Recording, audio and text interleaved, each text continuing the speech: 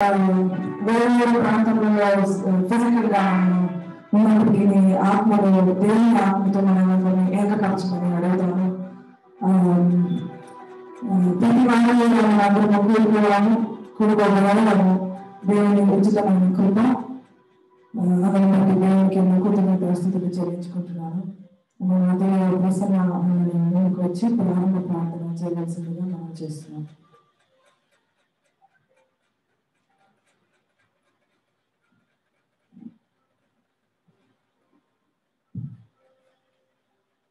ప్రార్థన చేసుకున్నాం. ప్రేమగల తండ్రి, పరిశుద్ధుడా, మీకు పరిశుద్ధులను ప్రారంభంలో స్థితులు స్తోత్రం చెల్లిస్తున్నాం ప్రభా. తండ్రి, మమ్మల్ని అందరం కూడా మీరు ప్రేమించి మమ్మల్ని సజీవులుగా వచ్చి తండ్రి మా యొక్క జీవితాల్లో మరి నూతనమైనటువంటి దినాన్ని అనుగ్రహించారు. ఈ యొక్క పునరుద్ధాన దినాన్ని బట్టి మీకు వందనాలు స్తుతులు చెల్లిస్తున్నాం తండ్రి. అయ్యా ఉదయకాల సమయంలో అందరం యొక్క సన్నిధిలో చేరి తండ్రి మీ బిడ్డలుగా మిమ్మల్ని స్తుతించడానికి, మిమ్మల్ని ఆరాధించడానికి, మిమ్మల్ని కొనియాడడానికి, మీ యొక్క మాటలు వినడానికి ప్రభావ, మిమ్మల్ని మీ యొక్క మాటలు ధ్యానించడానికి, నన్ను మీ సన్నిధిలో మీ అందరూ కూడుకోవడానికి మీరు ఇచ్చిన యొక్క గొప్ప ధన్యతను బట్టి మీకు వందనాలు తండ్రి. లోకంలో పరిస్థితులు అనేక రకాలుగా భయంకరమైన స్థితిలో ఉన్నప్పటికీ తండ్రి నేను మాకు మీ సన్నిధిని అనుగ్రహించారయ్యా, మీకు వందనాలు తండ్రి. నా యొక్క ఆదివారం ఆరాధన క్రమాన్ని తండ్రి నేను ఆది నుంచి అంతవరకు మీరే మీ అధ్యక్షతన తండ్రి మీ సహాయంతో నడిపించమని ప్రార్థన చేస్తున్నాం. పరిశుద్ధాత్మ దేవ, మమ్మల్ని అందరం కూడా మీ యొక్క హస్తాలకు అప్పగిస్తున్నాం తండ్రి. నేను ఈ యొక్క ఆదివారం ఆరాధన మా అందరి జీవితాలకు మేలుకరంగా, దీవెనకరంగా, ఆశీర్వాదకరంగా మీరు చేయమని వేడుకోవచ్చు. మా ప్రియ రక్షకుడైన యేసుక్రీస్తు నామమున బట్టి అడిగి వేడుకొంచున్నాం తండ్రి. ఆమేన్.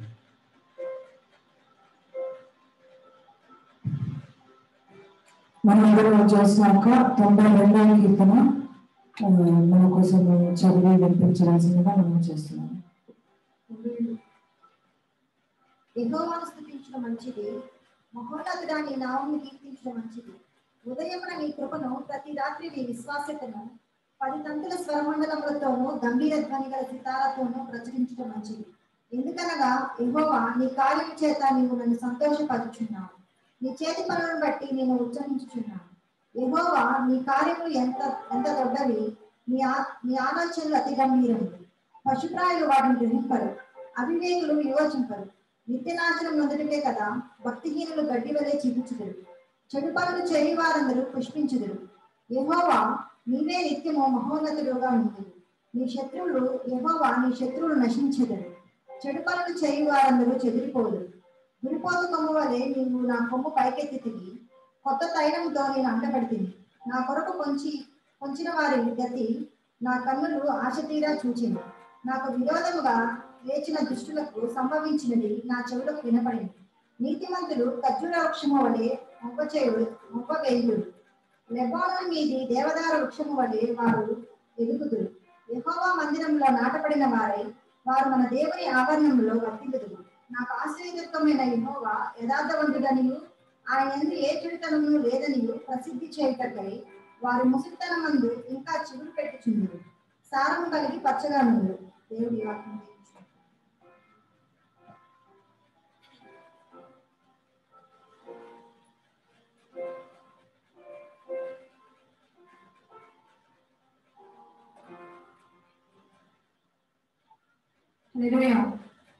మనం కొన్ని పాటలు పాడుకుంటూ మన దేవుని స్తుతించి ఆరాధించుకున్నామండి.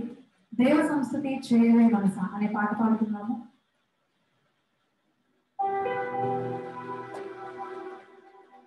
వచ్చిన వారు మాతో కలిపి పాడవచ్చండి, రాని వారు మొదటిసారి విని రెండోసారి మాతో కలిపి పాడాల్సిందే కోరుకుంటున్నాము.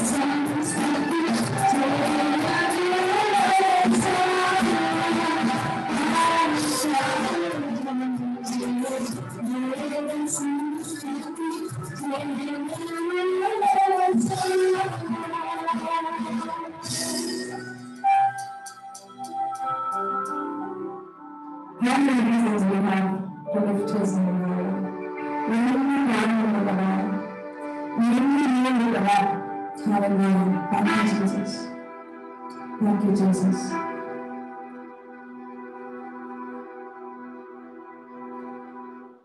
మొదటి వాక్యంలో దేవునికి యథార్థమైన స్తుతి ఆరాధన సమర్పించుకున్నాము. దేవుడు మహాప్రకారంలో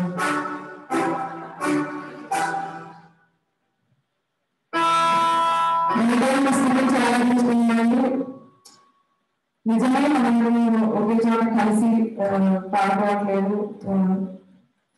అయినప్పటికీ ఆత్మీయ సత్యమతో దేవుని ఆరాధించగలగడం ఎటువంటి డిఫరెన్స్ ఎటువంటి తేడా లేకుండా మనమందరూ దేవునికి స్తుతి ఆరాధన సమర్పించుకున్నాము.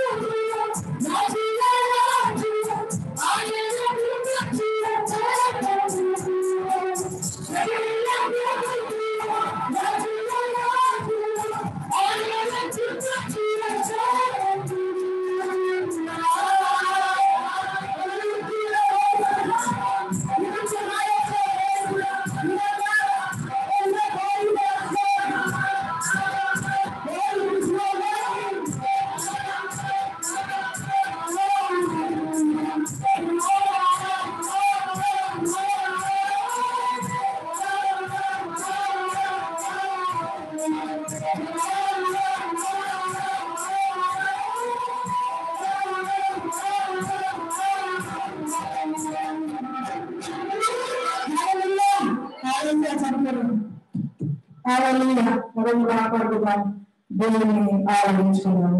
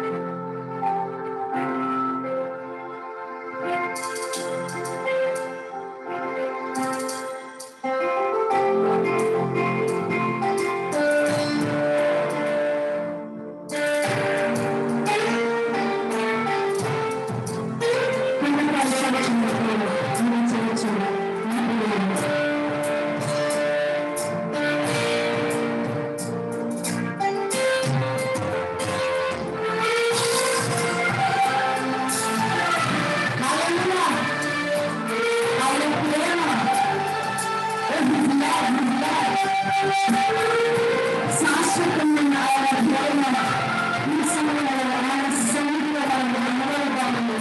Let us all experience His love this morning as we worship Him. Let us all experience His love as we meet Him and bring our body.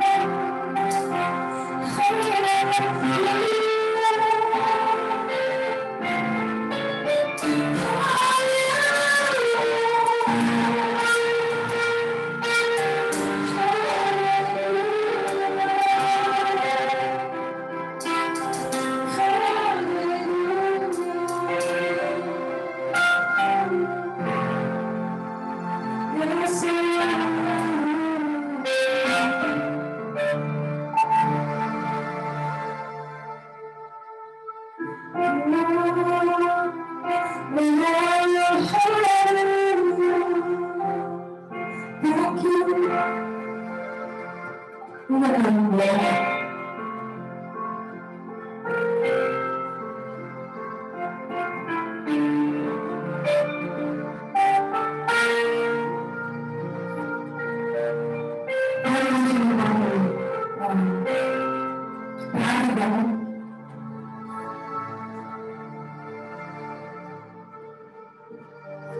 We are all in His presence, and there is nothing new in His presence this morning. Nothing valuable, nothing worthy. We are the material God, and we are the God. ఆయన సన్నిధిలో ఆయన సన్నిధిలో నేను ప్రత్యక్షతలు మరియు కలిగిన ప్రేమించిన మనందరూ మన సమయం కొరకు ప్రేమిదాము నేను పెట్టిన కారణం బట్టి ప్రేమించడం ప్రార్థిద్దాము చర్చ్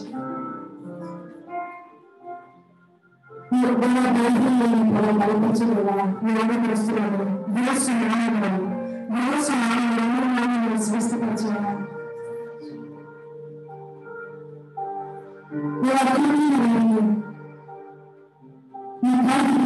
చేర్చుకోవాలా ఈ ప్రేమ ప్రత్యక్షతలను అనుభవించాలా చర్చ్ ఎక్కడికి ప్రార్థన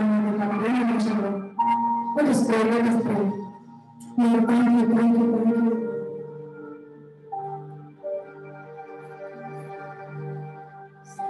ఎన్నో కోరికలు ఎన్నో కళలు ప్రతి ఒక్కరు కలిగినారు మీ చిత్తంలో నెరవేర్చుకోవడానికి ధనాన్ని శక్తిని ఆత్మను పరిచయం మీ సమయంలో ప్రతి బిడ్డకు నా దృష్టి ఇండస్ట్రీ మన టెన్షన్ నేను మిగిలిపోతే ఉండడానికి సహాయం చేయాలి మనం ఆఖరి సమయంలో ఉన్నామని ప్రతి ఒక్కరు మనం గ్రహిస్తున్నాం కదా అయినప్పటికీ ఇంకా నిర్లక్ష్యంగా ఇంట్లో క్షమించిన అడిగాను తగ్గించుకోను క్షమించమని అడిగాను అని వచ్చి క్షమాపణ అడుగుతున్నాను forgive us for taking your grace for granted. ఈ క్షమాపణను కృపను చులకనగా తీసుకున్నందుకు క్షమించగలగాను తేలికగా తీసుకున్నందుకు క్షమించగలగాను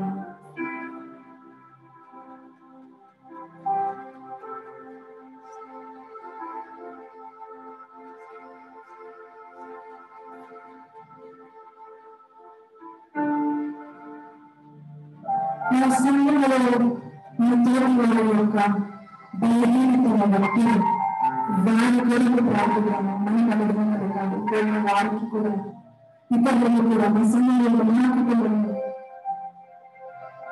మీ పెద్ద కుటుంబంలో ప్రతి ఒక్క సంఘ బిడ్డ మీరు క్షమాపణ కొలుచుండగా క్షమాపణ చేయాలి నేను ఇచ్చిన క్షమాపణ స్థితిని చెల్లించుకుంటున్నాను అప్పుల కార్యాలయంలో జ్ఞాపకం చేస్తున్నాను మొదలందరూ విశ్వాసాన్ని కోరుకున్నారు ప్రతి ఒక్కరు విశ్వాసం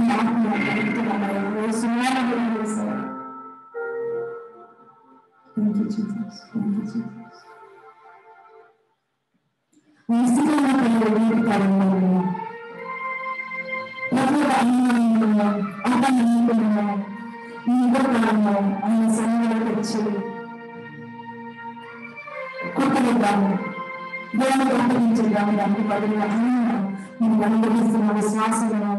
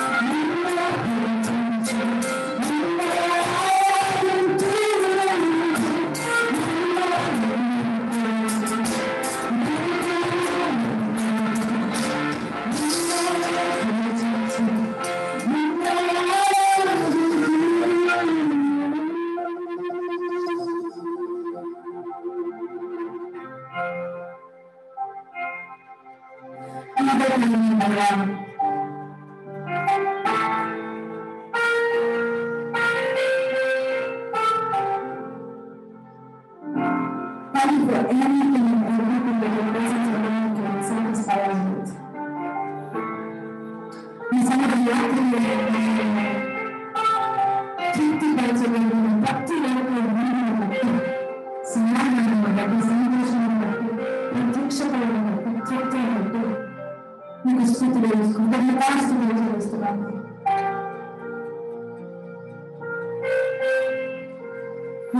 సమానం తక్కువ స్థితిలో అర్పించబడా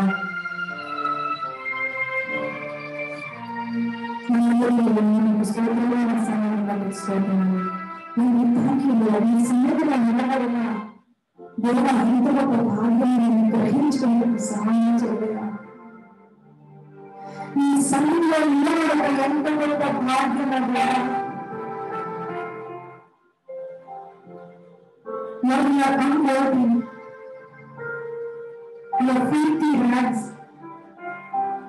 ఈ సమయంలో నిలబడిపోయి ఎంత గొప్ప భాగ్యాన్ని గ్రహించుకునేందుకు సహాయం చేయగా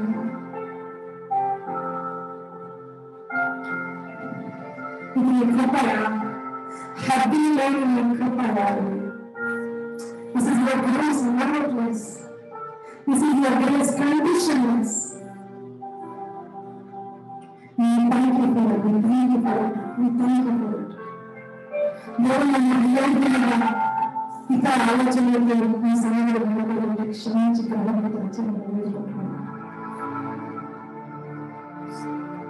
మరొకసారి ఈ సంగతిలో మిగతా సంగతిలో మాకున్న ఈ కొద్ది తలాంతులతో మా హృదయంలో కొద్ది మార్పులను హెచ్చించడం ఇచ్చిన వాటిని స్థితిలో చెల్లించుకుంటున్నాను.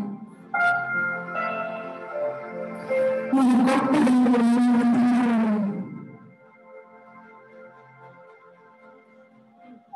ఈ స్థితిలో చెల్లించుకుంటున్నాను. Thank you that you fill every word in everybody's lives.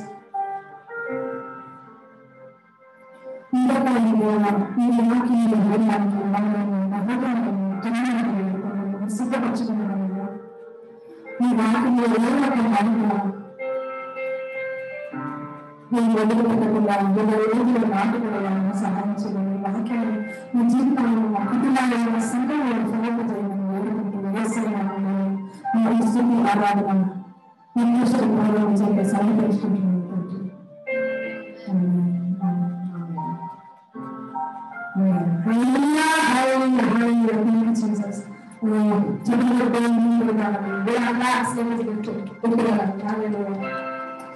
Thank you so much.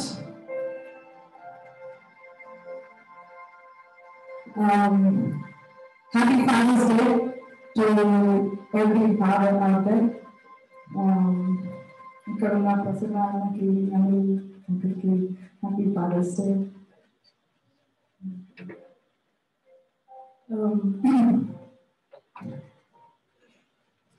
మన ఆత్మీయ తండ్రి అయిన రెవరెండ్ డాక్టర్ జోసెఫ్ మోసెస్ గారి గురించి ఒక్క మాట చెప్పలేను. ఆయన తండ్రిగా ఉన్నారు. ఆయన లేని ఈ సమయంలో అనేక తండ్రిగా ఉన్నారు. అనేక ప్రస్తుతం చెల్లించుకుంటున్నాము. He was not only a father to me and my sister of the church, but he was a father to hundreds of people. ఆయన జీవితాన్ని బట్టి ఆయన ఫాదర్హుడ్ బట్టి దేవుని స్తుతిస్తున్నాను. Once again, very, very happy Father's Day to every father out there. Thank you. ఈ సమయంలో అందరికీ ఈ ఆఫీస్ సందర్శన అందించడానికి ఆహ్వానిస్తున్నాను.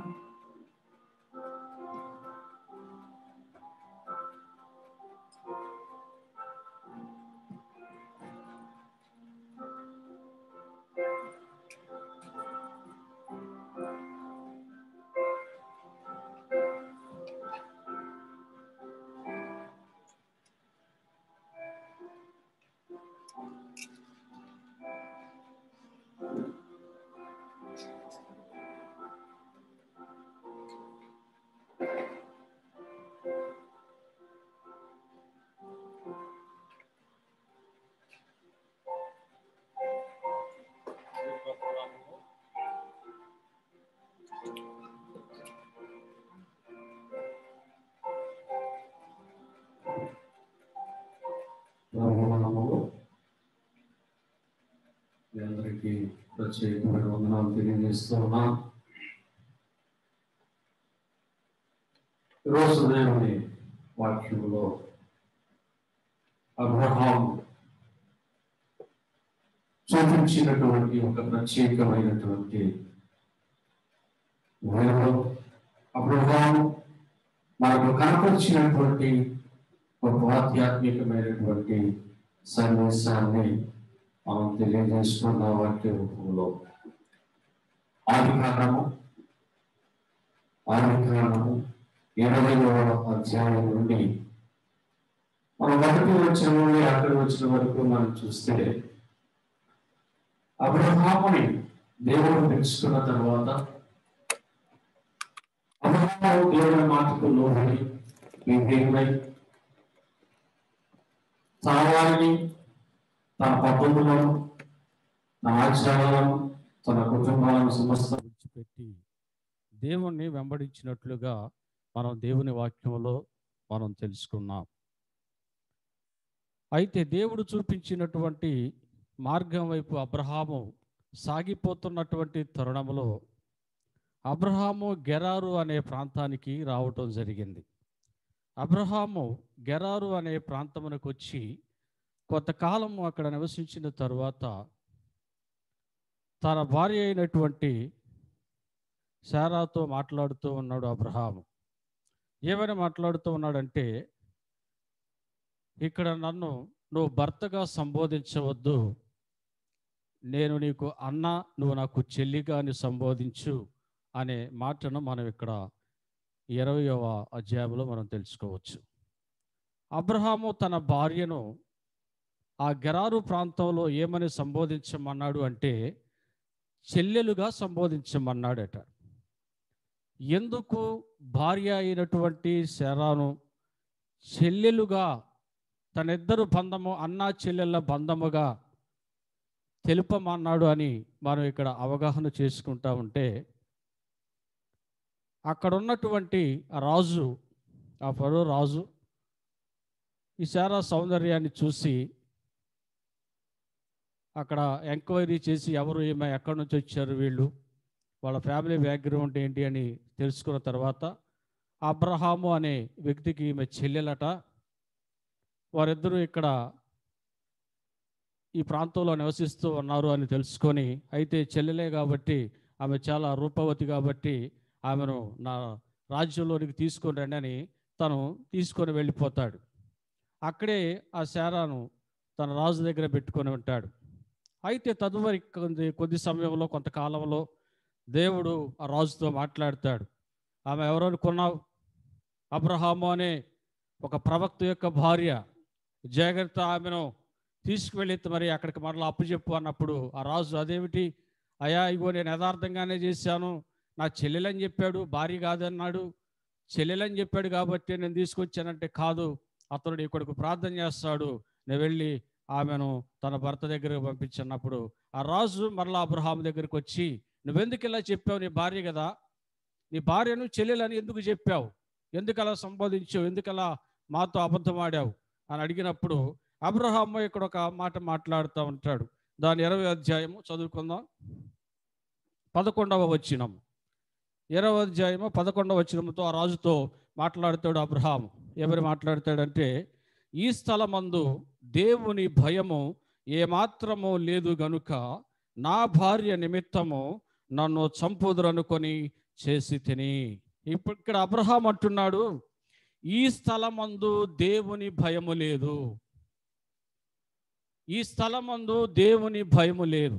అయితే అబ్రహాముకు తెలుసు, దేవుని భయము లేనటువంటి వారు, దేవుని భయము లేనటువంటి వారు కీడు చేసే మనస్తత్వం కలిగి ఉంటారని, దేవుని భయము లేని వారు హాని చేసే మనస్తత్వం కలిగి ఉంటారని, దేవుని భయము లేనటువంటి వారు పాడు చేస్తారని, దేవుని భయము లేనటువంటి వారు దుర్మార్గాలకు, కార్యాలకు వారు సిద్ధపడతారని అబ్రహాముకు తెలుసు. అక్కడ ఉన్నటువంటి ప్రజలను గమనించాడు. గెరారు ప్రాంత ప్రజలను అబ్రహాము గమనించినప్పుడు ఆ ప్రజల్లో దేవుని భయం ఏమాత్రమో లేదన్నట్లుగా అబ్రహాము గ్రహించాడు.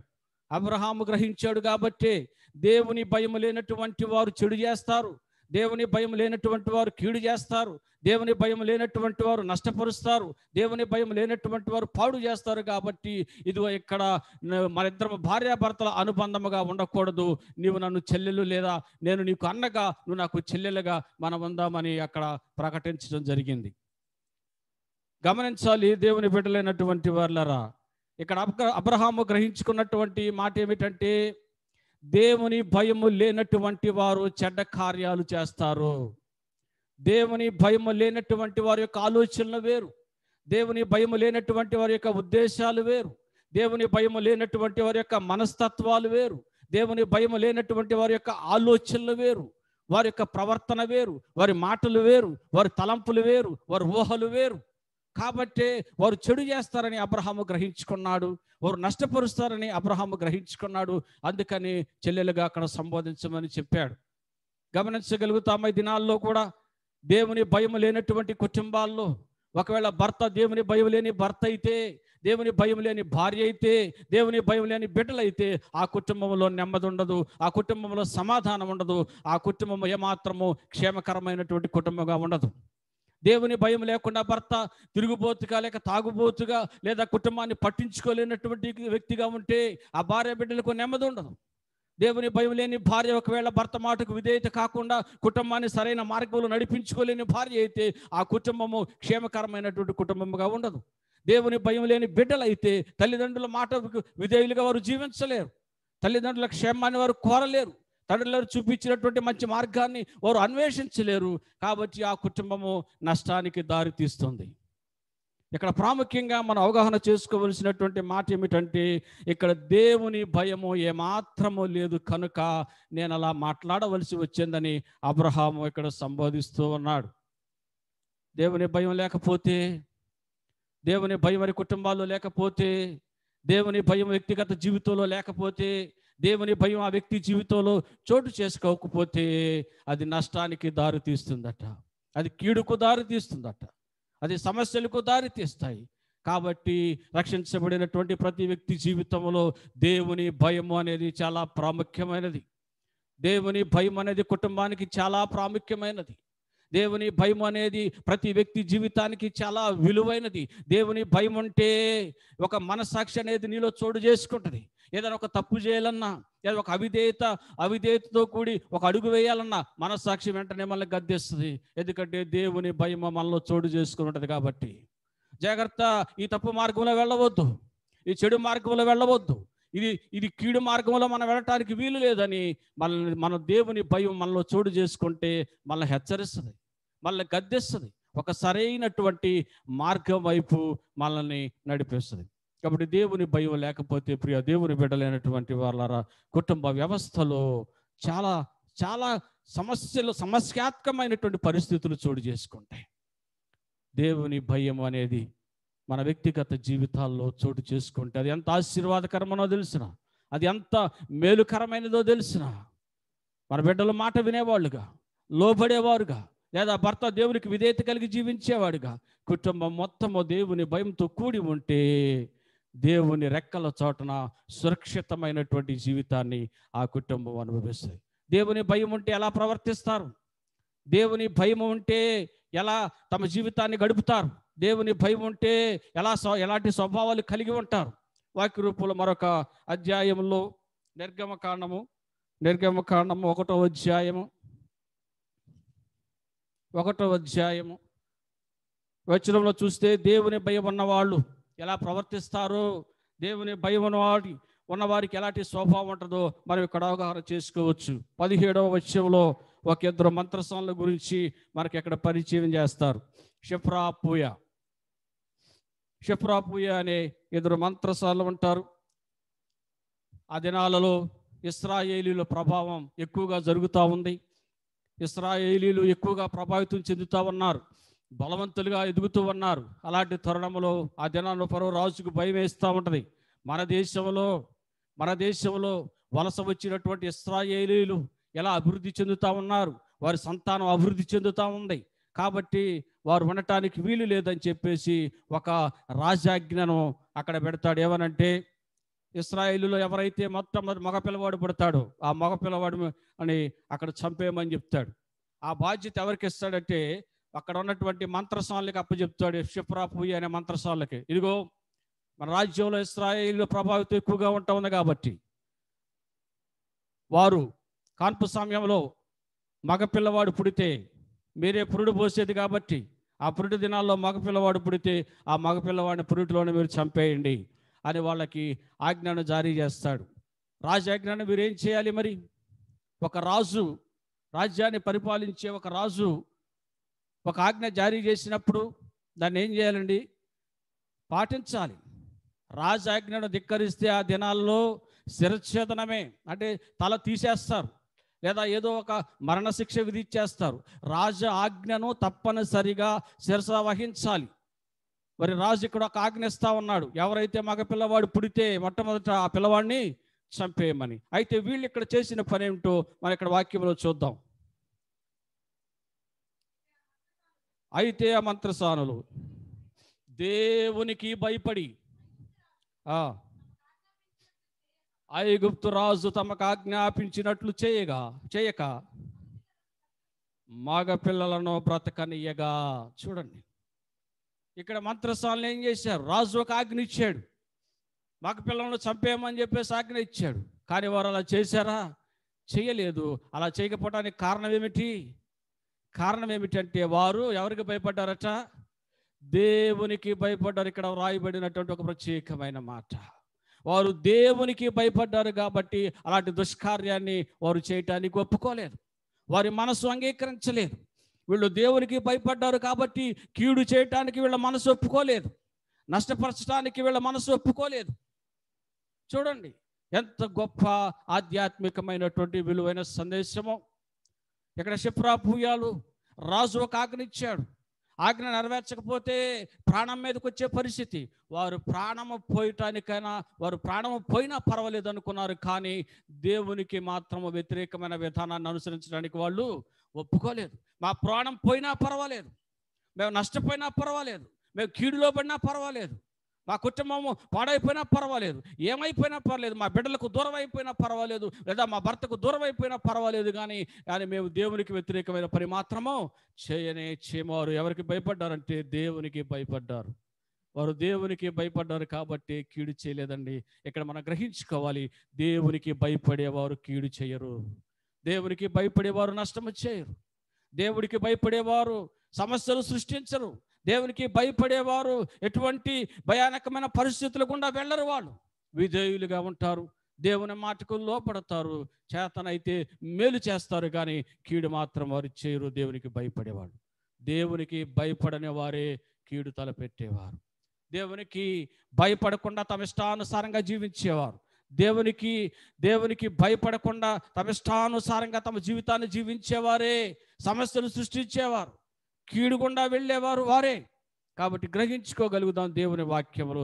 ఇక్కడ అబ్రహాము వారి రాజుతో మాట్లాడుతూ ఉన్నాడు, ఎందుకు ఈ అబద్ధం మాట్లాడావు, ఎందుకు భార్యను చెల్లెలుగా సంబోధించావు అంటే ఇక్కడ దేవుని భయం ఏమాత్రం లేదని అబ్రహాము గ్రహించాడు. అక్కడ ఉన్న ప్రజల మనస్తత్వాన్ని గ్రహించాడు, అక్కడ ప్రజల యొక్క వాతావరణాన్ని గ్రహించాడు, అక్కడ ప్రజల యొక్క వారి యొక్క అలవాట్లను, వారి యొక్క స్థితిగతులను గమనించాడు. కాబట్టి అర్థం చేసుకున్నాడు అనుకుంటే అబ్రహాము, అయ్యో ఈ ప్రజలు దేవుని భయం లేనివారు కాబట్టి ఎక్కడ జాగ్రత్తగా ఉండాలి, ఇక్కడ మధ్య ఒక అవగాహనతో ఉండాలి, నడిపింపుతో ఉండాలి అని జాగ్రత్త పడ్డాడు. కాబట్టి అబ్రహాము అలా సంబోధించాడు భార్యను చెల్లెలుగా.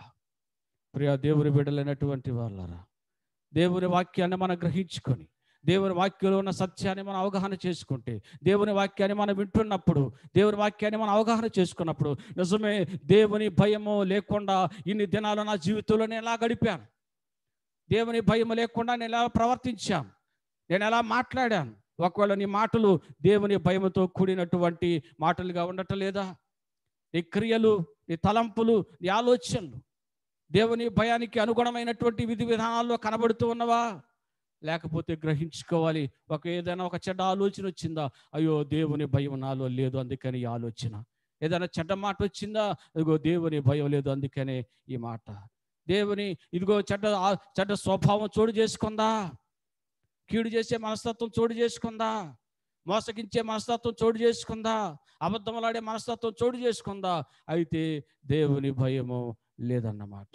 ఒక దినాన్న మారు మనసు పొందినటువంటి ఈ దినాల్లో కొన్ని దినాలు ప్రార్థన చేసుకుంటున్నాను, డ్యూటీకి వెళ్ళాను.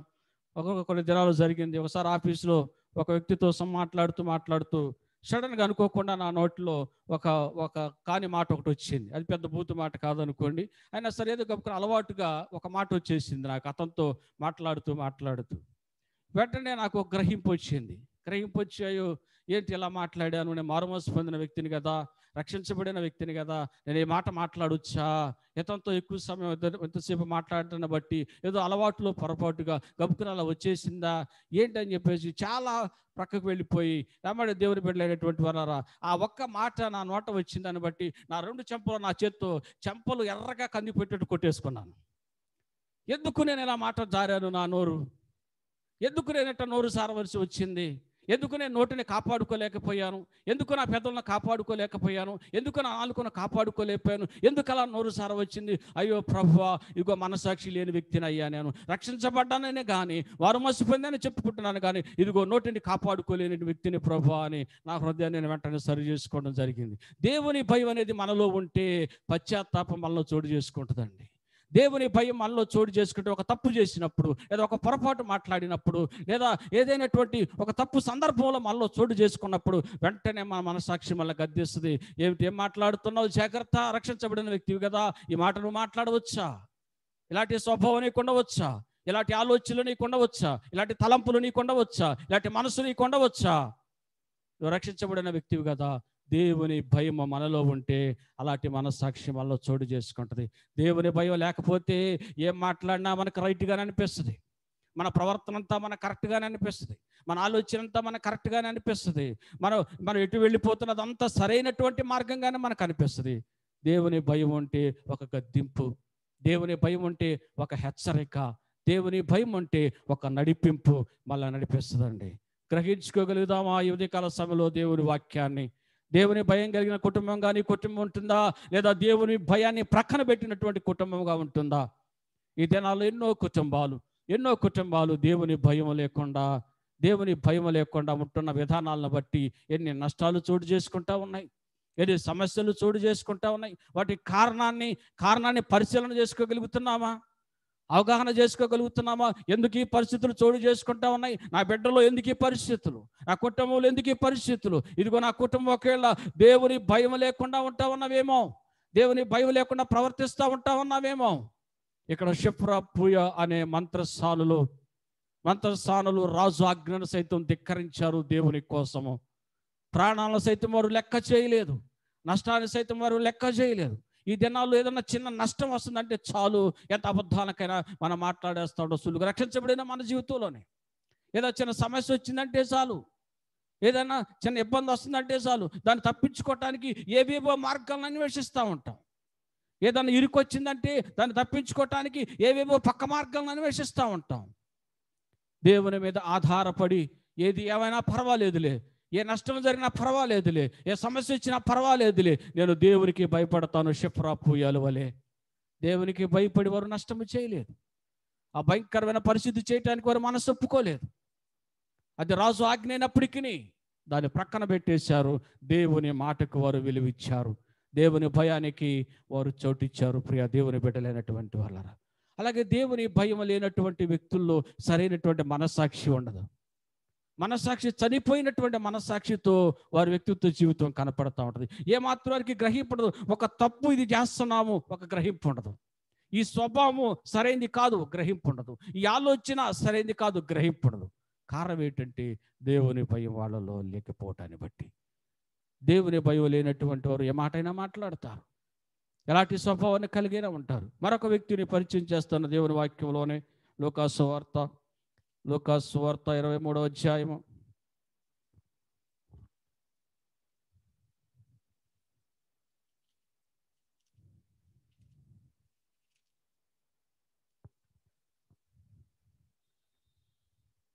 23వ అధ్యాయం నుంచి 37 నుంచి మనం ఒకసారి చదువుతామా?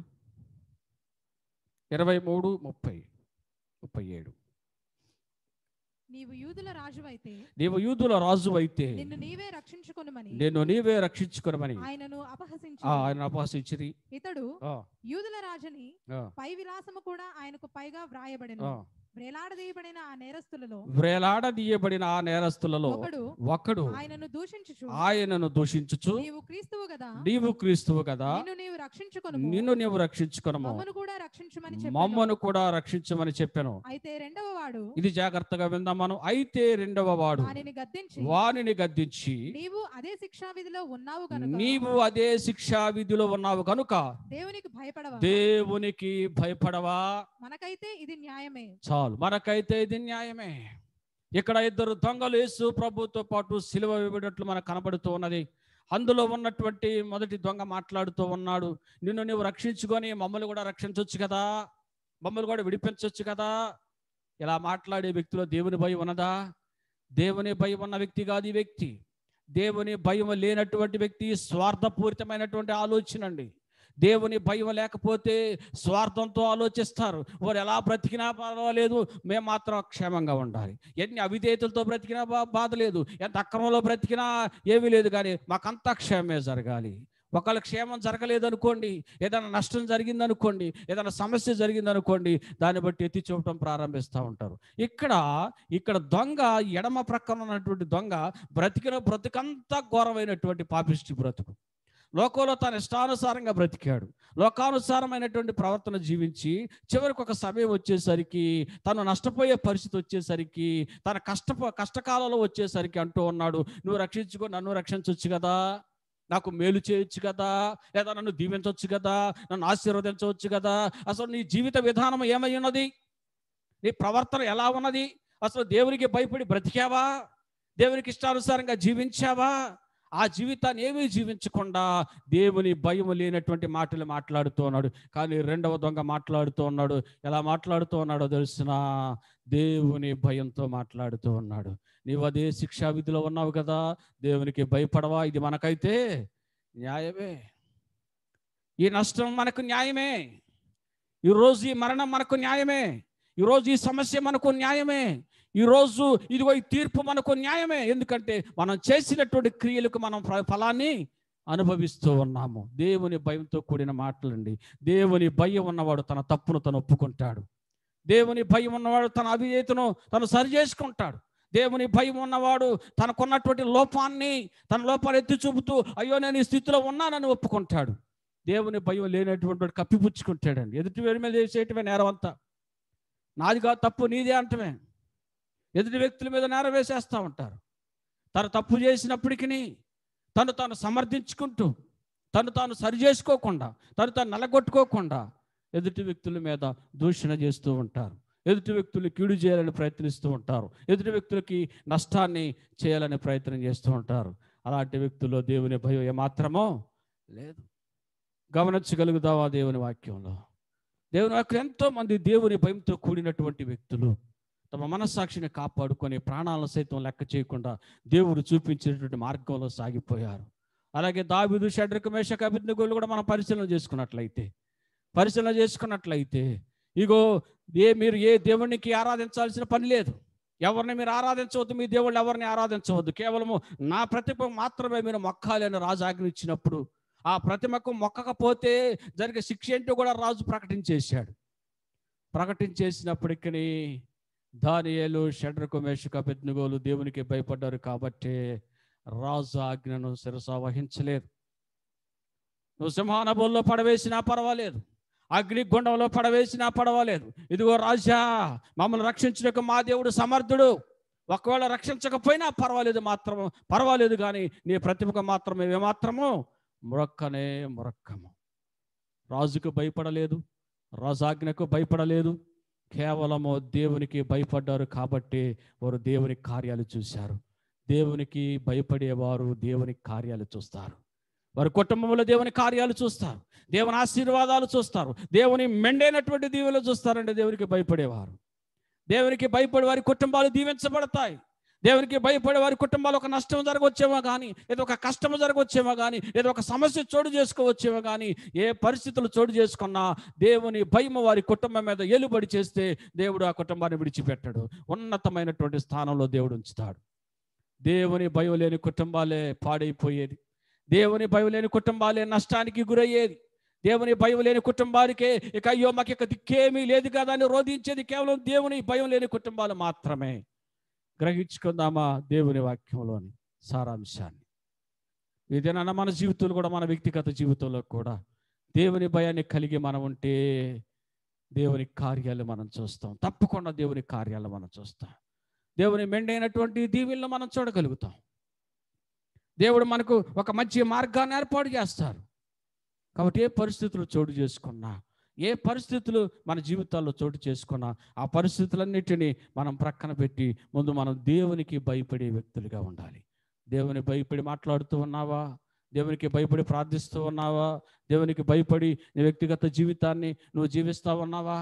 ఒకవేళ అవిధేయతలో ఉన్నావేమో, భక్తిహీనతలో ఉన్నావేమో, ప్రార్థనాహీనతలో ఉన్నావేమో. ఒకవేళ గ్రహింపు వస్తే వెంటనే సరి చేసుకొని, నిజమే ప్రభువా, నీ భయం నాలో లేదు,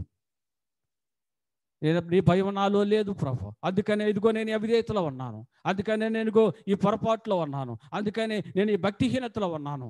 అవగాహన చేసుకుంటావు. దేవుని భయం ఉంటే, దేవుని భయం ఉంటే అవగాహన చేసుకుంటావు. యోనా మొట్టమొదటిలో దేవునికి భయపడలేదు, కానీ దేవునికి భయపడకుండా దేవుడు చూపించినటువంటి నినువే కాకుండా తర్షీషు ప్రాంతానికి వెళ్ళటం ప్రారంభించాడు. తదుపరి ఆ సమయంలో ఓ భయంకరమైనటువంటి తుఫాను రావటము, ఆ ఓడంతా బద్దలయ్యే పరిస్థితికి రావటం వచ్చినప్పుడు అక్కడ ఉన్నటువంటి వారు అసలు నీవెవరు, ఎక్కడి నుంచి వచ్చినప్పుడు అడిగినప్పుడు వెంటనే యోనాలో దేవుని వెలుబడి చేసింది. అందుకని యోనా అంటున్నాడు, ఈ తుఫాను ఎవరిని బట్టి వచ్చిందట? నన్ను బట్టే ఈ గొప్ప తుఫాను. యోనా ఒప్పుకున్నాడు తన అవిధేయతని. నన్ను బట్టే ఈ గొప్ప తుఫాను, నన్ను బట్టే ఈ సమస్య, నన్ను బట్టే ఈ నష్టము, నన్ను బట్టే ఈ శోధన, నన్ను బట్టే ఈ కీడు అని తాను ఒప్పుకోవటం జరిగింది. కారణం ఏమిటంటే యోనా కూడా దేవునికి భయపడ్డాడు. దేవునికి భయపడ్డాడు కాబట్టి తప్పును అక్కడ కప్పిపుచ్చుకోలేదండి. నాకు తెలియదు అనలేదు, నాకే సంబంధం అనలేదు, నన్ను అడుగుతారేంటి అనలేదు. అయితే ఈ దినాల్లో మన జీవితంలోనైతే మనం తప్పు చేసినా దాన్ని సమర్థించుకునే వ్యక్తులుగా మనం కనపడుతూ ఉంటాం. తాను ఒప్పుకునే వ్యక్తులుగా కనపడం. తల్లిదండ్రుల ముందు ఏదైనా తప్పు చేస్తే వాళ్ళు అడిగినప్పుడు నాకు తెలియదని సులువుగా మాట్లాడే పరిస్థితులు మనలో చోటు చేసుకుంటూ ఉంటాయి. కారణం ఏమిటంటే దేవుని భయము మనలో లేకపోవటాన్ని బట్టి, దేవుని భయం మనలో లేకపోవటాన్ని బట్టి. ఒక దినాన దావీదు కూడా ఒక పొరపాటు చేసినప్పుడు, దేవునికి విరోధమైన కార్యం చేసినప్పుడు, పాపము చేసినప్పుడు, ఆ పాప కార్యంలో తను మునిగినప్పుడు, తనకు నష్టము జరిగినప్పుడు దాన్ని గ్రహించుకున్నాడు. దాన్ని గ్రహించుకొని తన పరుపు కన్నీళ్లతో తేలే వరకు ప్రార్థించాడట. తన పాపాన్ని ఒప్పుకున్నాడు, గ్రహించుకున్నాడు. అందుకనే దేవుడు మరలా తను ఆశీర్వదించి మరలా ఉన్నతమైనటువంటి స్థానాన్ని దేవుడు తనకిచ్చాడు. ఇదేనా మనం రక్షించబడిన మన జీవితంలో, మారు మనసు పొందినటువంటి మన జీవితంలో గ్రహించుకోవలసింది ఏమిటో తెలిసిన మన మనస్సాక్షిని మనం ముందు పెట్టుకొని, నేను దేవునికి భయపడే వ్యక్తిగా ఉన్నానా? నా ప్రవర్తన దేవునికి భయపడేదిగా ఉందా? నా స్వభావము దేవునికి భయపడేదిగా ఉందా? నా చూపులు దేవునికి భయపడుతున్నాయా? నా మాట దేవునికి భయపడుతుందా? నా స్వభావము దేవునికి భయపడుతుందా? దేవునికి భయపడే చూపులు నేను చూస్తూ ఉన్నానా? దేవునికి భయపడే మాటలు నేను మాట్లాడుతూ ఉన్నానా? దేవునికి భయపడే ప్రవర్తన నేను ప్రవర్తిస్తున్నానా అని మన మనస్సాక్షిని మనం సరి చేసుకోవాలి. కప్పిపుచ్చుకునే వ్యక్తులుగా ఉండకూడదు రక్షించబడిన మన జీవితంలో. కప్పిపుచ్చుకున్నామా అది నష్టానికి దారి చేస్తుంది. దేవుని గ్రంథంలో ఆ రిఫరెన్స్ చూపించడానికి టైం సరిపోదు కాబట్టి నేను ముగింపులోనికి వస్తూ ఉన్నాను. సౌలు తన తప్పును తను ఒప్పుకోకుండా, తన పొరపాటును తను దిద్దుకోకుండా తను సమర్థించుకోవటం ప్రారంభించాడు. తను సమర్థించుకోవటం ప్రారంభించాడు. నాతానీలు ప్రవక్త ఎన్నిసార్లు హెచ్చరించినప్పటికీ, గద్దించినప్పటికీ, ప్రవక్త వచ్చి ఇదిగో ఈ అమాలేకుల విషయంలో ఈ విధానాలను అనుసరించమన్నప్పుడు దేవుడు అనుసరించవలసినటువంటి అనుసరణ చేయకుండా తన సొంత ఆలోచన ప్రకారం, అందుకని అక్కడ హెచ్చరిస్తాడు ప్రవక్త, మాట వినుట కంటే బలి అర్పించిన కంటే మాట వినుట శ్రేష్టము కాదా? అక్కడ గద్దించినప్పటికీ లోపడలేనటువంటి వ్యక్తిగా ఉన్నాడు. అందుకనే తన జీవితంలో ఎంత నష్టాన్ని చూశాడో తెలుసు కదా. తన కుటుంబం మొత్తము తన కుటుంబం మొత్తము సర్వనాశనం అయిపోయింది. ఎవ్వరూ మిగలేదు తన కుటుంబంలో. సమస్తాన్ని ఒక్క మెఫీషిబోతు అనే ఒక ఒక కుమారుడు తప్ప మిగతా తన కుటుంబం మొత్తాన్ని తను పోగొట్టుకున్నాడు సౌలు. కారణం ఏంటంటే దేవునికి భయపడలేదు, దేవునికి భయపడి ప్రవర్తించలేదు. ఇక్కడ దావీదు దేవునికి భయపడ్డాడు, షెఫ్రాపుయాలు దేవునికి భయపడ్డారు, యోనా దేవునికి భయపడ్డారు. దేవునికి భయపడిన ప్రతి ఒక్కరి జీవితాల్లో మేలే జరిగింది కానీ కీడు జరగలేదు. దేవునికి భయపడే కుటుంబాల్లో మేలు, దేవునికి భయపడే కుటుంబాల్లో ఆశీర్వాదము, దేవునికి భయపడే కుటుంబాల్లో మెండైనటువంటి దేవుడు క్రమరిస్తాడండి. కాబట్టి ఈ ఉదయకాల సమయంలో దేవుని వాక్యాన్ని గ్రహించుకున్న వ్యక్తిగా ఉన్నట్లయితే మన మనస్సాక్షిని మనం గ్రహించుకుందాం. నేను దేవునికి భయపడే వ్యక్తిగా ఉన్నానా లేదా దేవునికి భయపడినటువంటి వ్యక్తిగా ఉన్నావా? మన ప్రవర్తన మనం ముందు పెట్టుకుంటే మనకు అర్థమైపోద్ది. మన ప్రవర్తన మనం ముందు పెట్టుకుంటే ప్రతి ఒక్క వ్యక్తి తన వ్యక్తిగత జీవిత విధానంలో ప్రవర్తన ముందు పెట్టుకొని చూసుకుంటే నేను దేవునికి భయపడే వ్యక్తినా లేదా భయపడని వ్యక్తినా అనేది మనకు అర్థమైపోద్ది. ఆ అర్థమైనప్పుడు ఒకవేళ దేవునికి భయపడని క్రియలు ఏమైనా కనపడినప్పుడు దాన్ని బట్టి మనం ప్రార్థన చేసుకోవాలి. ప్రభువా నన్ను క్షమించు, ఇదిగో నేను దేవునికి మీకు భయపడలేనటువంటి క్రియలు నాలో ఉన్నవి, మీకు భయపడలేనటువంటి ప్రవర్తన నాలో ఉన్నది, మీకు భయపడలేనటువంటి స్వభావం నాలో ఉన్నది, కాబట్టి ఇదిగో నేను ఒప్పుకుంటున్నాను ప్రభువా నన్ను క్షమించు అన్నప్పుడు దేవుడు మనల్ని ఆదరిస్తాడు, దేవుడు మరలా ప్రేమిస్తాడు. తప్పిపోయిన కుమారుడు మొట్టమొదటగా తండ్రికి భయపడకుండా లెక్క చేయకుండా పారిపోయి వెళ్ళిపోయాడు. గ్రహింపు వచ్చినప్పుడు మరలా తన తండ్రి దగ్గరికి వచ్చి తన తప్పును తల ఎలా ఒప్పుకొని మేలు పొందాడు.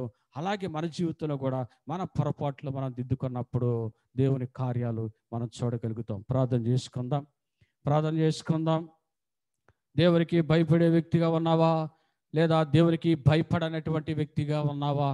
ఒకసారి మన ప్రవర్తన ముందు పెట్టుకుని ప్రార్థన చేద్దామా? మన ప్రవర్తన ముందు పెట్టుకుని మనం ప్రార్థన చేసుకుందామా? ప్రభువా ఇదిగో నాయన, ఇదిగో నా క్రియలు నాయన, ఇదిగో నీకు భయపడని క్రియలు కనపడుతూ ఉన్నవేమో దయతో నన్ను క్షమించు. నా స్వభావము, నా తలంపులు, నా ఆలోచనలు, నా ఉద్దేశాలు, నా మాటలు ప్రభువా ఇదిగో నీకు భయపడే క్రియలుగా ఉన్నవో లేవో ప్రభువా దయతో నన్ను క్షమించు నాయన. నేను నీకు భయపడే వ్యక్తిగా ఉండాలి ప్రభువా. ఇదిగో షెఫ్రాపుయాలు ఇదిగో రాజు ఆజ్ఞను సైతము ప్రక్కన పెట్టేశారు నాయన. మీ మాటనే ముందు పెట్టుకున్నారు, మీ భయాన్నే ముందు పెట్టుకున్నారు ప్రభువా. వారు కీడు చేయటానికి ఏమాత్రం వారి మనసు ఒప్పుకోలేదు ప్రభువా. ఇదిగో అలాంటి వ్యక్తిగా నేను ఉండాలి నాయన, అలాంటి స్వభావాలు కలిగిన వ్యక్తిగా నేను ఉండాలి ప్రభువా. నాయన ఇదిగో మీ భయము నాలోను నా కుటుంబంలో నిలుబడి చేయాలి నాయన. నీ భయము ఉన్న కుటుంబము ఆశీర్వదించబడిద్దట కదా, నీ భయము ఉన్న కుటుంబము మేలుతో నింపబడింది కదా ప్రభువా. ఇదిగో నాయన నా కుటుంబము మేలుతో నింపబడాలి ప్రభువా. మేలుతో నింపబడాలి అంటే నీ భయము కలిగి ఉండాలి కదా ప్రభువా. కాబట్టి నా కుటుంబము నీ భయము కలిగినటువంటి కుటుంబముగా ఉండాలి ప్రభువా. అట్టి మేరకు నువ్వు కృప చూపిస్తావని ఆశిస్తున్నాను నాయన. అట్టి మేరకు నువ్వు కృప చూపిస్తావని ఆశిస్తూ ఉన్నాను ప్రభువా. ప్రార్థన చేసుకుందాం. పరిశుద్ధుడా, ప్రేమ కలిగిన తండ్రి, మహోన్నతుడా, సర్వోన్నతుడా, సర్వశక్తిమంతుడా, సర్వకృపానిధి, నీ విలువైన ఘనమైన పాదములకు స్తుతులు స్తోత్రాలు ప్రభువా.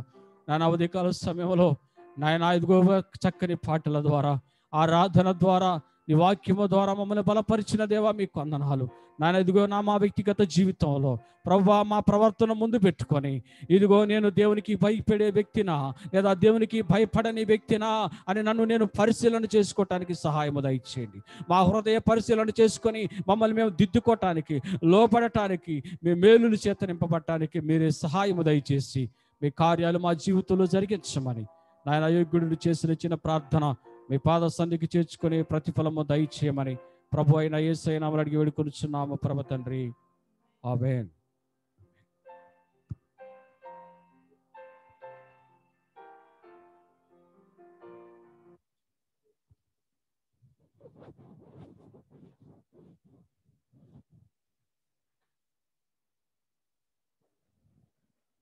మంచి దేవుని వర్తమానము అందించిన అనిల్ అంకల్కి నా నిండు వందనములు. ఒక పాట పాడుకుందామండి. ఆకర్షించే ప్రియుడా, అందమైన దైవమా, పరిపూర్ణమైన వాడా. ఈ పాట పాడుకుంటూ దేవుని స్తుతించుకుందాము. He makes us whole. ఆయన పరిపూర్ణుడు, మనల్ని పరిపూర్ణులుగా చేయవాడు.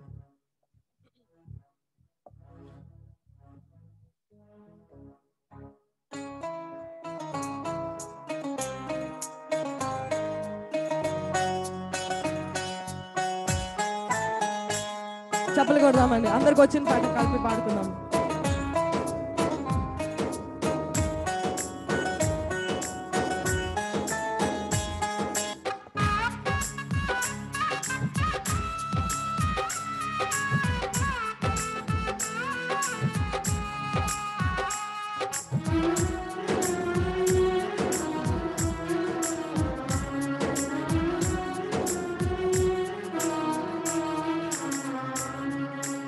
ఆకర్షించే ప్రియుడా, అందమైన దైవమా, పరిపూర్ణమైన వాడా.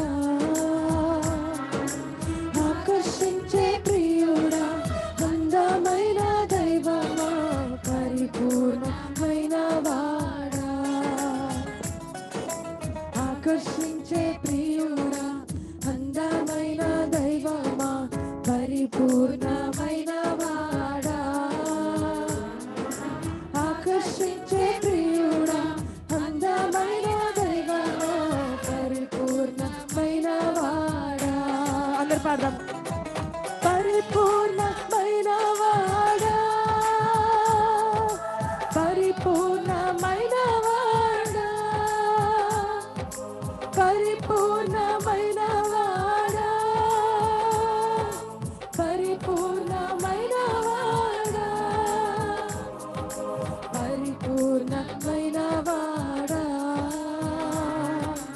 పరిపూర్ణమైన వాడా, పరిపూర్ణమైన వాడా, పరిపూర్ణమైన వాడా.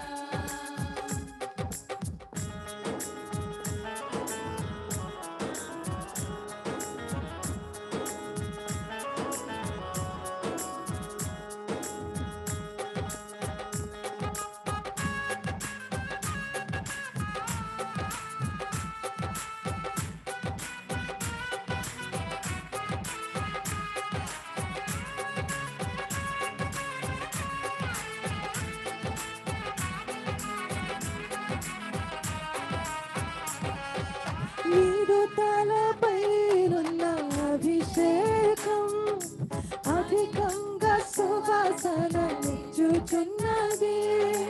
నీదు తలపైనున్న అభిషేకం అధికంగా సువాసననిచ్చుచున్నది.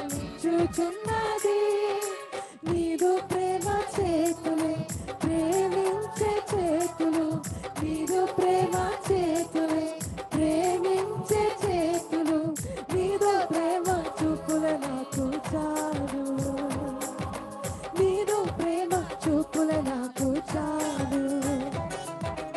ఆకర్షించే ప్రియుడా, అందమైన దైవమా, పరిపూర్ణమైన వాడా.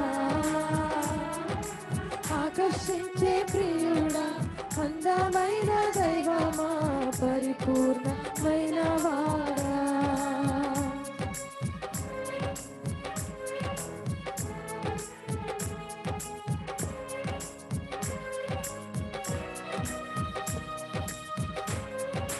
నీ నోటి నుండి తేనె ఉబుకుచున్నది, నీ నోటి మాటలు ఎంతో మధురంగా ఉన్నవి. నీది ప్రేమ పాదము, పరిశుద్ధ పాదము, నేను వసించు స్థలం అది.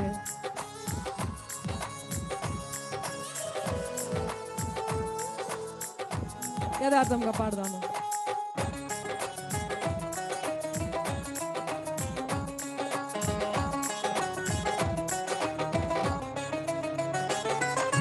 నీ నోటి నుండి తేనె ఉబుకుచున్నది, నీ నోటి మాటలంతో మధురంగా ఉన్నది.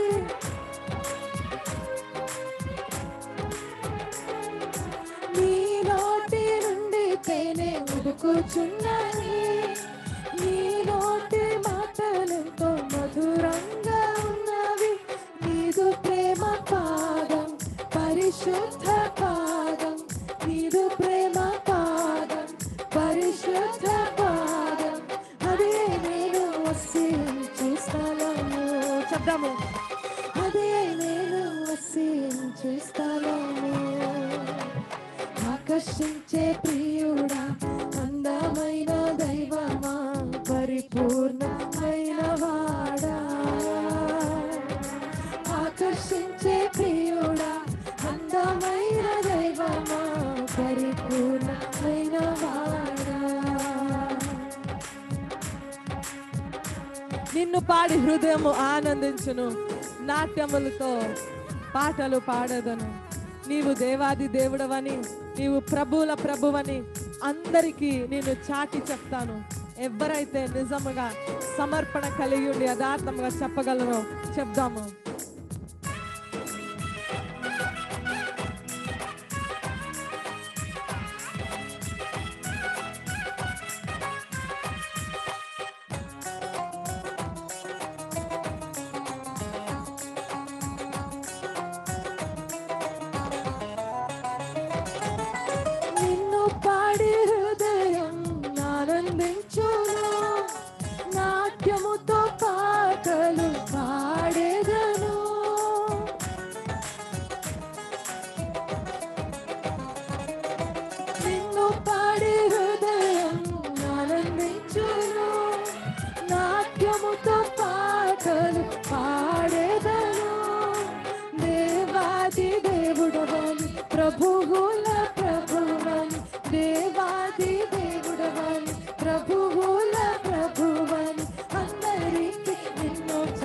చెప్పగను అందరికి నిన్ను చాటి చెప్పగను ఆకర్షించే ప్రియుడా అందమైన దైవమా పరిపూర్ణమైన వాడా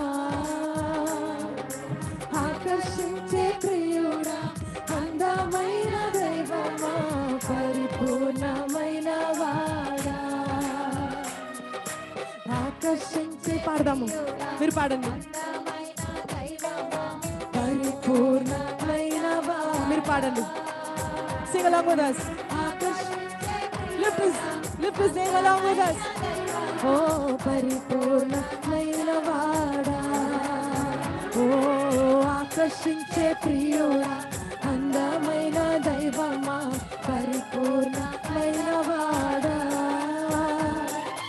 ఆకర్షించే ప్రియుడా అందమైన దైవమా పరిపూర్ణమైన వాడా పరిపూర్ణమైన వాడా పరిపూర్ణమైన వాడా పరిపూర్ణమైన వాడా పరిపూర్ణమైన వాడా పరిపూర్ణమైన వాడా పరిపూర్ణమైన వాడా పరిపూర్ణమైన వాడా పరిపూర్ణమైన వాడా పరిపూర్ణమైన వాడా పరిపూర్ణమైన వాడా పరిపూర్ణమైన వాడా పరిపూర్ణమైన వాడా ఆకర్షించే ప్రియుడా అందమైన దైవమా పరిపూర్ణమైన వాడా ఆకర్షించే ప్రియుడా అందమైన దైవమా పరిపూర్ణమైన వాడా ఆకర్షించే ప్రియుడా అందమైన దైవమా పరిపూర్ణమైన వాడా ఆకర్షించే ప్రియుడా అందమైన దైవమా పరిపూర్ణమైన వాడా హల్లెలూయా పరిపూర్ణమైన వాడు మన దేవుడు ఆయన పరిపూర్ణుడు మనల్ని పరిపూర్ణులుగా చేస్తాడు this song reminds us that there is nothing in this world that can make us whole that can satisfy us ఆయన ఉంటే నిజంగా మనం పరిపూర్ణులం అవుతాం it's not money it's not people డబ్బు కాదు మనుషులు కాదు పరిస్థితులు కాదు స్థాయి కాదు స్థితి కాదు ఏమీ కాదు మనం ఎన్నోసార్లు అనుకున్నట్లు డబ్బు ఉన్న జ్ఞానం ఉన్న మనుషులు ఉన్న ఈ లోకం అందించేది ఏది ఉన్నా కూడా ఏది మనల్ని పరిపూర్ణతలోనికి తీసుకువెళ్ళలేదు ఆయన తప్ప అని మనందరము ఈ పాట ద్వారా జ్ఞాపకం చేసుకుందాము. కూడి వచ్చిన మీ అందరికీ ఇట్లా జూమ్ కార్యక్రమంలో ఆర్ఎల్స్ ఫేస్బుక్ ఆర్ యూట్యూబ్ ద్వారా వీక్షిస్తున్న వారందరికీ వందనములు. మన మధ్యలో అనిల్ అంకుల్ ముందుకొచ్చి ఆఖరి ప్రార్థన ఆశీర్వాదము అందించవలసిందిగా మనం చేస్తున్నాను.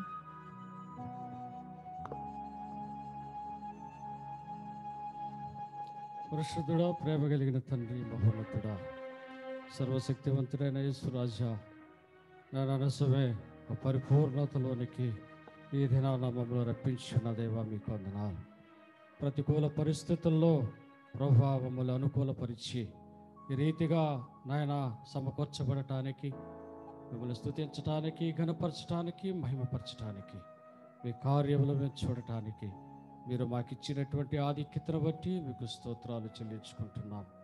ప్రభువా, ఇట్టి ఆధిక్యతను పొందుకున్న మేము నాయన ఇదిగో మా జీవితాల్లో దానిని సద్వినియోగపరుచుకొని ఇంకా నన్ను ఆధ్యాత్మికంగా బలపరచబడటానికి, ఇంకా మెడైనటువంటి దీవెనలు మేము పొందుకోవటానికి మీరు సహాయము దయచేసి ప్రభువా, ఇది యథార్థమైనటువంటి మనస్సాక్షితో మమ్మల్ని మేము పరిశీలన చేసుకొని ప్రభువా ఒక పరిపూర్ణతలోనికి నడిపించబడటానికి వేరే కృప చూపించి మీ కార్యాలు జరిగించమని, నేను మీ భయముతో కూడినటువంటి భక్తి విధానాలను మేము అనుసరించడానికి కృప చూపించమని ప్రభు అయిన యేసయ్య నామమున అడిగి వేడుకొచ్చున్నాము తండ్రి, ఆమేన్.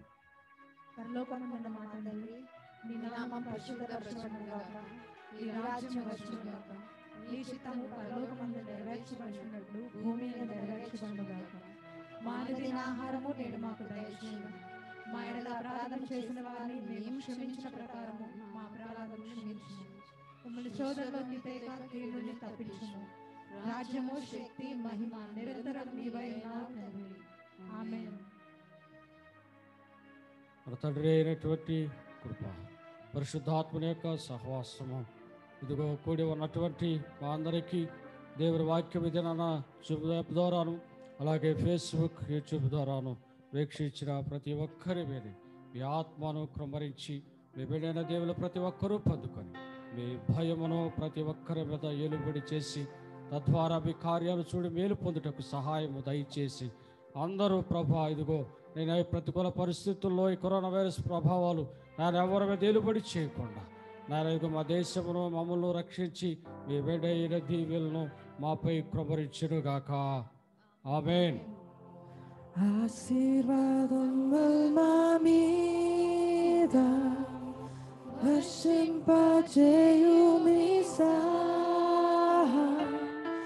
ఆశతో నమ్మి ఉన్నాము నీ సత్య వాగ్దానము. ఈ మాహి మీద కృమ్మరించుము దేవా, కన్నర ప్రేమ వర్షము కృమ్మరించుము దేవా,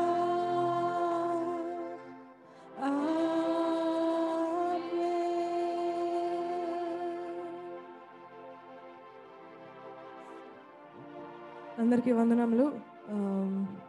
మరలా తిరిగి వచ్చే వారము ఈ విధంగానే కలుసుకుందాము.